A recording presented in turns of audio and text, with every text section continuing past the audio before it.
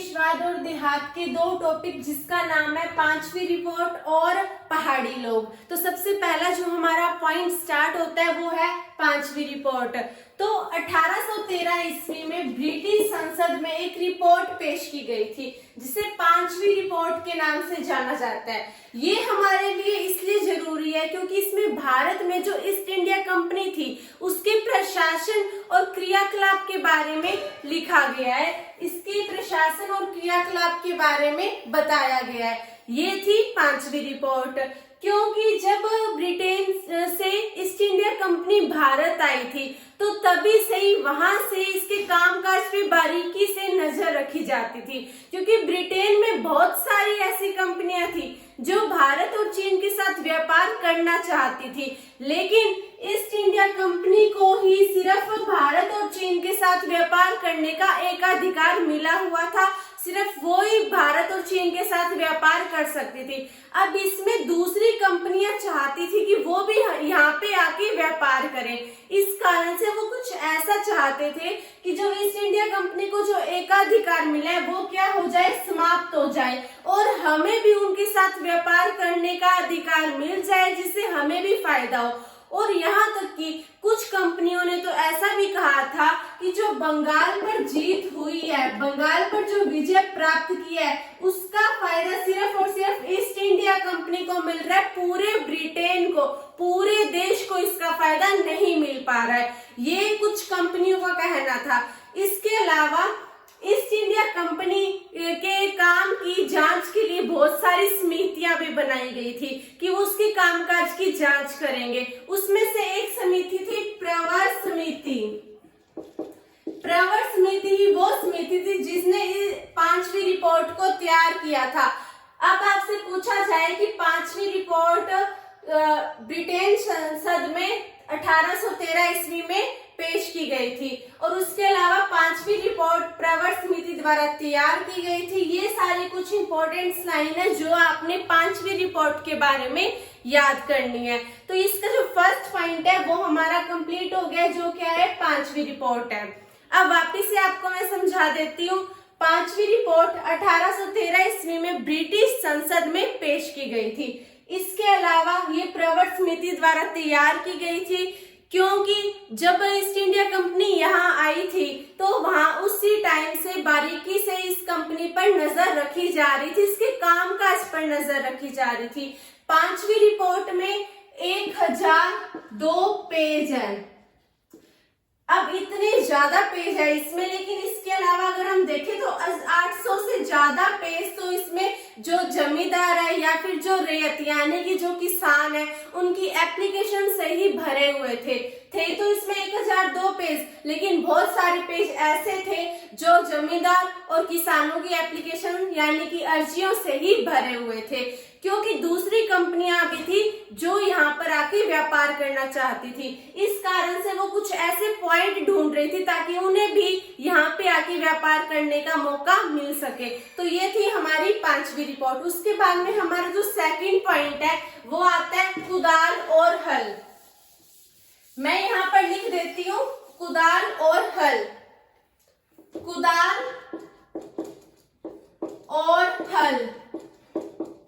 अब यहाँ पे दो शब्द आए हैं, पहला है कुदाल और दूसरा है हल।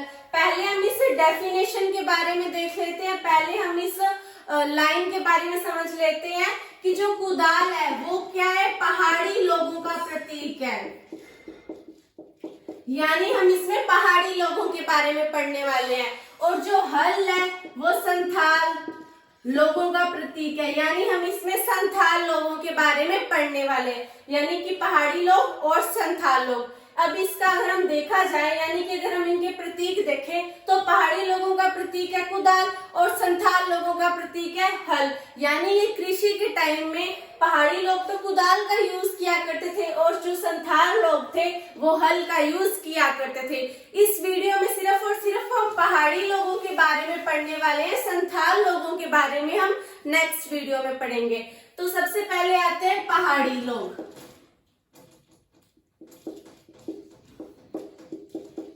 अब मैं पहाड़ी लोग किसे कह रही हूँ? जो राजमहल की पहाड़ियों के इर्द गिर्द लोग रहा करते थे उन्हें क्या कहा जाता था? पहाड़ी लोग। इन्हें पहाड़िया भी कहा जाता था क्योंकि ये पूरी तरह से जंगलों से, पहाड़ियों से जुड़े हुए थे। इनका जीवन यहीं से शुरू होता था और यहीं पे ही खत्म हो जाता था। इस कारण से इन्हें पहाड़िया लोग भी कहा जाता था। अगर मैं कहीं बोलूं पहाड़िया या बोलूं पहाड़ी लोग, तो दोनों का एक ही मतलब होगा कि ये लोग कौन थे? राजमहल की पहाड़ियों के इर्द गिर्द रहा करते थे। अब थोड़ा सा चलते हैं हम बुकानन की तरफ। बुकानन कौन था? सबसे पहले मैं आपको ये बता देती हूँ, बुकानन एक चिकित्सक था।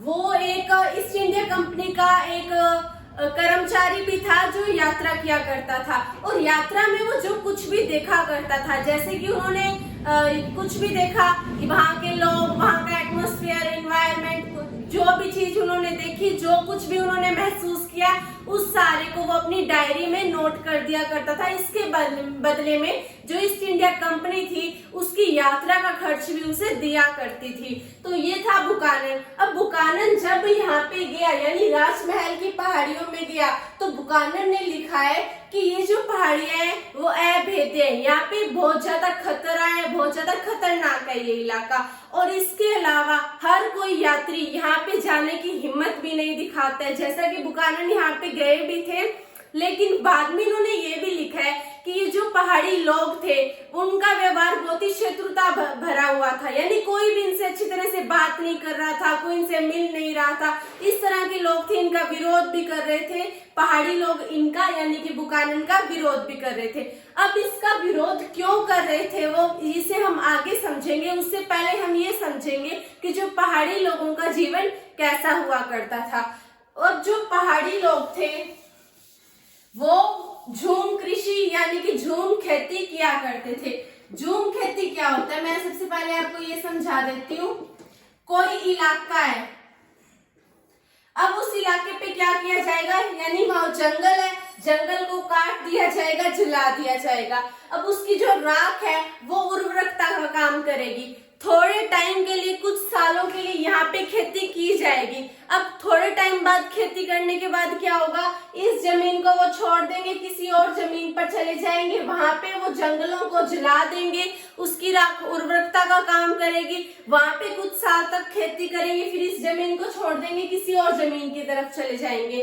इस तरह से होती है झूम खेती। जो झूम खेती होती है वो पर्यावरण के अनुकूल नहीं होती, यानी पर्यावरण को उससे नुकसान पहुंचता है। नुकसान किस तरह से पहुंचता है, क्योंकि इसमें जंगलों को जला दिया जाता है, पूरी तरह से नष्ट कर दिया जाता है। इसके अलावा यहाँ पे जो लोग होते हैं वो एक जगह टिक कर नहीं रहते हैं। 2 साल तक यहाँ रहे, उसके बाद में यहाँ चले गए, फिर उसके बाद में कहीं और चले गए, यानी ये स्थायी कृषि नहीं होती है। स्थायी कृषि क्या होती है, वो एक स्थान पर टिक कर की जाती है, वहां पे लोग उसी जगह रहते हैं, उसी जगह खेती करते हैं, वो क्या कहलाएगी, वो स्थायी कृषि कहलाएगी। लेकिन जो पहाड़ी लोग थे वो क्या करते थे, वो झूम खेती किया करते थे, यानी इस तरह वाली खेती किया करते थे। और इसके अलावा वो खाने के लिए महुआ के फूल इकट्ठे किया करते थे। कौन से फूल, महुआ के फूल। और बेचने के लिए रेशम की कोया भी इकट्ठे किया करते थे। अब रेशम की कोया क्या चीज है, आपने रेशम कीट पालन यानी कि सेरीकल्चर पढ़ा होगा, तो उसमें क्या होता है, कोकून का नाम आएगा, COCOON। कोकून क्या होता है, जब कोई रेशम कीट होता है वो क्या करता है, रेशम का स्राव करता है। स्राव किस तरह से करता है, वो अपने चारों ओर रेशम को लपेट लेता है, जिस कारण से वो रेशम में पूरी तरह से बंद हो जाता है, पूरी तरह से पैक हो जाता है, तो वो क्या बन जाता है, कोकून बन जाता है। अब रेशम के जब कपड़े बनाते हैं या कुछ चीज बनाते हैं तो उसके लिए कोकून का इस्तेमाल किया जाता है। इसी तरह से जो पहाड़ी लोग थे वो रेशम की कोया यानी कि कोकून को इकट्ठा किया करते थे। इसके अलावा वो राल यानी कि जो गोंद होती है उसको भी इकट्ठी किया करते थे बेचने के लिए। इसके अलावा वो लकड़ी को भी इकट्ठा किया करते थे। लकड़ी को क्यों इकट्ठा करते थे? लकड़ी को इकट्ठा करने के पीछे कारण था काठ कोयला बनाने का। अब लकड़ी से वो कोयला बना दिया करते थे, उसे बेच दिया करते थे, इसलिए वो लकड़ी को इकट्ठा किया करते थे। इसके अलावा जो पेड़ होते हैं, पेड़ों के नीचे जो घास फूस उग जाती है, वो उनके जानवर उसी घास फूस को खा लिया करते थे चारे के रूप में।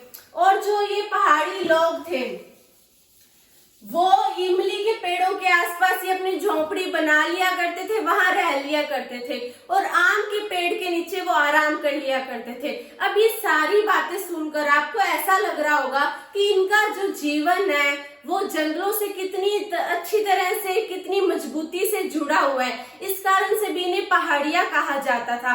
और ये पूरे इलाके को अपनी निजी भूमि समझा करते थे, अपनी खुद की भूमि समझा करते थे। और बाहर से अगर कोई आएगा यहाँ पे तो उसका वो विरोध भी किया करते थे, क्योंकि इन्हें यह लगता था कि ये इनकी जमीन हड़प लेंगे। इसके अलावा अगर हम देखें तो यहाँ पे इनके मुखिया भी हुआ करते थे। मुखिया के बहुत सारे काम होते थे। पहला काम तो ये होता था कि वो इनमें एकता बनाए रखते थे।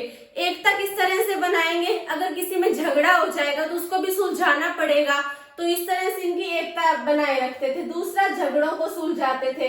और तीसरा पॉइंट होता था कि अगर किसी के साथ ये लड़ाई करते हैं, यानी कहीं पर ये आक्रमण करते हैं, तो उनका नेतृत्व कौन करेगा? इनका मुखिया इनका नेतृत्व करेगा।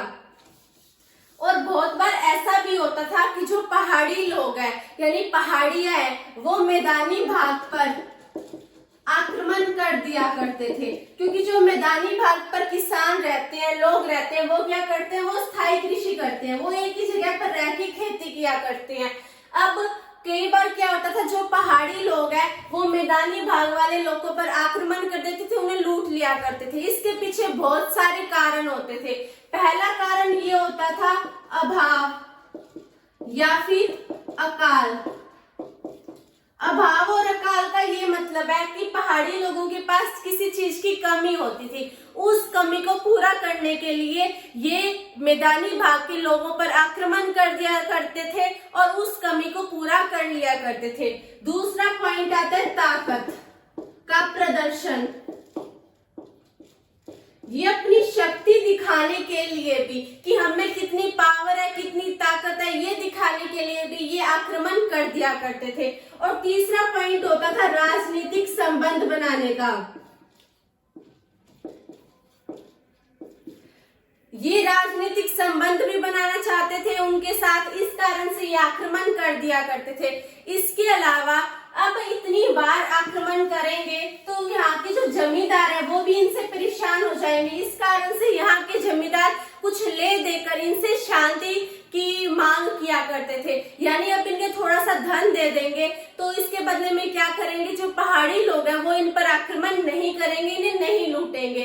इसके अलावा जो व्यापारी है, अब व्यापारी को एक स्थान से दूसरे स्थान तक व्यापार करने के लिए तो जाना पड़ेगा। जब वो एक स्थान से दूसरे स्थान जाते थे तो बीच में राजमहल की पहाड़ियां आती थी, यानी पहाड़ी लोगों का इलाका आता था। अब बीच में पहाड़ी लोगों का इलाका आता था तो वो इन व्यापारियों को लूट लिया करते थे। अब लूटते थे तो बहुत ज्यादा नुकसान हो जाता था। इस कारण से जो व्यापारी थे उन्होंने ये सोचा कि वो इनको पथ कर देंगे। पथ कर मतलब पथ यानी कि रास्ता और कर माने की टैक्स, यानी रास्ते का टैक्स देंगे और इसके बदले में जो इनका मुखिया होता था, जो पहाड़ी लोगों का मुखिया होता था, वो इन्हें आश्वासन देता था कि इन्हें नहीं लूटा जाएगा, इनके सामान की रक्षा की जाएगी। अब ये जो ले देकर शांति की स्थापना की गई थी, यानी कि जो जमींदार थे उन्होंने भी इन्हें धन दिया कि वो इन्हें लूटे नहीं। इसके अलावा व्यापारियों ने भी इन्हें कुछ रुपए दिए, यानी कि कुछ धन दिया ताकि वो इनके सामान को नुकसान ना पहुंचाए। अब ये जो ले देकर की जाने वाली संधि होती थी वो ज्यादा टाइम तक नहीं टिक पाई, क्योंकि अंग्रेज आ गए और अंग्रेजों का ये मानना था कि जो जंगल है वो क्या है, वो एक तरह से उजाड़ है और जंगल में जो लोग रहते हैं वो एक तरह से असभ्य है। अब अंग्रेज ये चाहते थे कि जो ये पहाड़ी लोग हैं वो झूम खेती को छोड़कर स्थायी कृषि कर ले। अब स्थायी कृषि करने के पीछे भी अंग्रेजों का बहुत बड़ा फायदा था। अब जब पहाड़ी लोग स्थायी कृषि करने पे तैयार हो जाएंगे अब जब स्थायी कृषि करेंगे तो अंग्रेजों को क्या मिलने लग जाएगा, राजस्व मिलने लग जाएगा, टैक्स मिलने लग जाएगा, जिससे अंग्रेजों के कोष भर जाएंगे। अब उनके पास टैक्स आने लग जाएगा। इस कारण से वो ये चाहते थे कि पहाड़ी लोगों को स्थायी कृषि करने के लिए प्रोत्साहन दिया जाए, और इससे क्या होगा कि जो पेड़ होंगे, जंगल होंगे, उन्हें काट दिया जाएगा और वहां पे स्थायी कृषि कर ली जाएगी। लेकिन जैसा कि हमने थोड़ी देर पहले पढ़ा कि ये जो लोग थे यानी कि पहाड़िया थे, इनका पूरा का पूरा जीवन जंगलों से किस तरह से जुड़ा हुआ था। अब ये बिल्कुल भी तैयार नहीं थे पेड़ काटने के लिए। अब अंग्रेजों ने बहुत ज्यादा क्रूर नीति भी अपनाई, निर्दयी नीति भी अपनाई, कठोर नीति भी अपनाई, लेकिन फिर भी वो ऐसा नहीं कर पाए। लेकिन अब धीरे धीरे जंगल जब कटेंगे तो स्थायी कृषि का क्या होने लग जाएगा, विस्तार होने लग जाएगा, वो बढ़ने लग जाएगी। लेकिन जंगल क्या होने लग जाएंगे, संकुचित होने लग जाएंगे, वो धीरे धीरे कम होने लग जाएंगे। तो इसका ही पहाड़ी लोगों ने विरोध किया था। लेकिन उसके बाद में क्या हुआ, 1780 के दशक में एक भागलपुर के कलेक्टर थे ऑगस्टस क्लीवलैंड। ऑगस्टस क्लीवलैंड ने क्या किया, एक नीति अपनाई।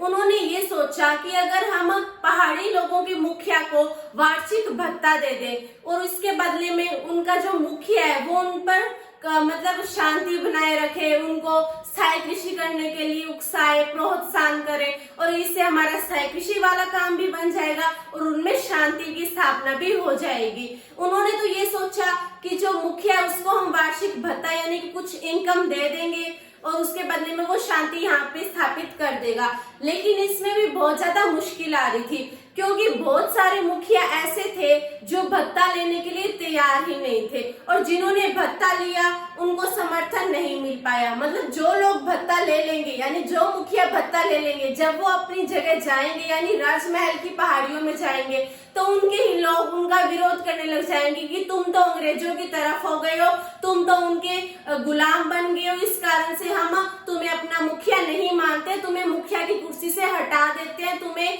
ये हम पद नहीं देंगे। तो इस कारण से उन्होंने जो मुखिया का जो पद था उसे भी उन्होंने पूरी तरह से खो दिया था, और जिन्होंने वेतन लिया था उन्हें वैतनिक मुखिया कहा जाने लगा। यानी उन्होंने जो वेतन लिया था इस कारण से उन्हें वैतनिक मुखिया कहा जाने लगा। तो इसमें भी बहुत सारी समस्या थी। और इसी टाइम में 1810 से 11 के बीच के टाइम में बुकानन राजमहल की पहाड़ियों में आए थे। अब जब बुकानन राजमहल की पहाड़ियों में आए थे तो उसी टाइम में क्या था कि बहुत ज्यादा तनाव की स्थिति चल रही थी अंग्रेजों में और पहाड़ी लोगों में। अब इन दोनों के बीच में बहुत ज्यादा संघर्ष हो रहा था, और इसी टाइम में बुकानन यहाँ आ गए। तो अब पहाड़ी लोगों ने सोचा कि ये भी हमारी जमीन को अपने अधीन करना चाहते हैं, ये भी हमारी जमीन को हमसे छीनना चाहते हैं। इसी कारण से बुकानन के साथ किसी ने भी अच्छा व्यवहार नहीं किया, कोई उनसे ढंग से बोला नहीं, उनके साथ अच्छी तरह से बातचीत नहीं की और उनके साथ शत्रुता भरा व्यवहार किया था। यही कारण था कि बुकानन जब वहां गए थे तो उनके साथ ऐसा व्यवहार हुआ था। उसके बाद में जब हम आगे बढ़ते हैं तो उसके बाद में आ जाते हैं संथाल। अब संथाल क्या थे, संथाल जंगलों को धीरे धीरे काट के स्थायी कृषि वहां पे करना शुरू कर रहे थे। अब जैसे उन्होंने जंगलों को धीरे धीरे काटना और स्थायी कृषि करना शुरू किया तो इससे क्या हुआ, जंगल तो कम होने लगे और स्थायी कृषि बढ़ने लगी। और इसी कारण से जो पहाड़ी लोग थे उन्हें धीरे धीरे पीछे हटना पड़ा, उनका जो एरिया था वो धीरे धीरे कम होने लग गया। तो ये हमने पढ़ लिया है पहाड़ी लोगों के बारे में। अब नेक्स्ट वीडियो में पढ़ेंगे हम संथाल के बारे में। आशा है कि आपको समझ आ गया होगा। मिलते हैं नेक्स्ट वीडियो में। Thank you.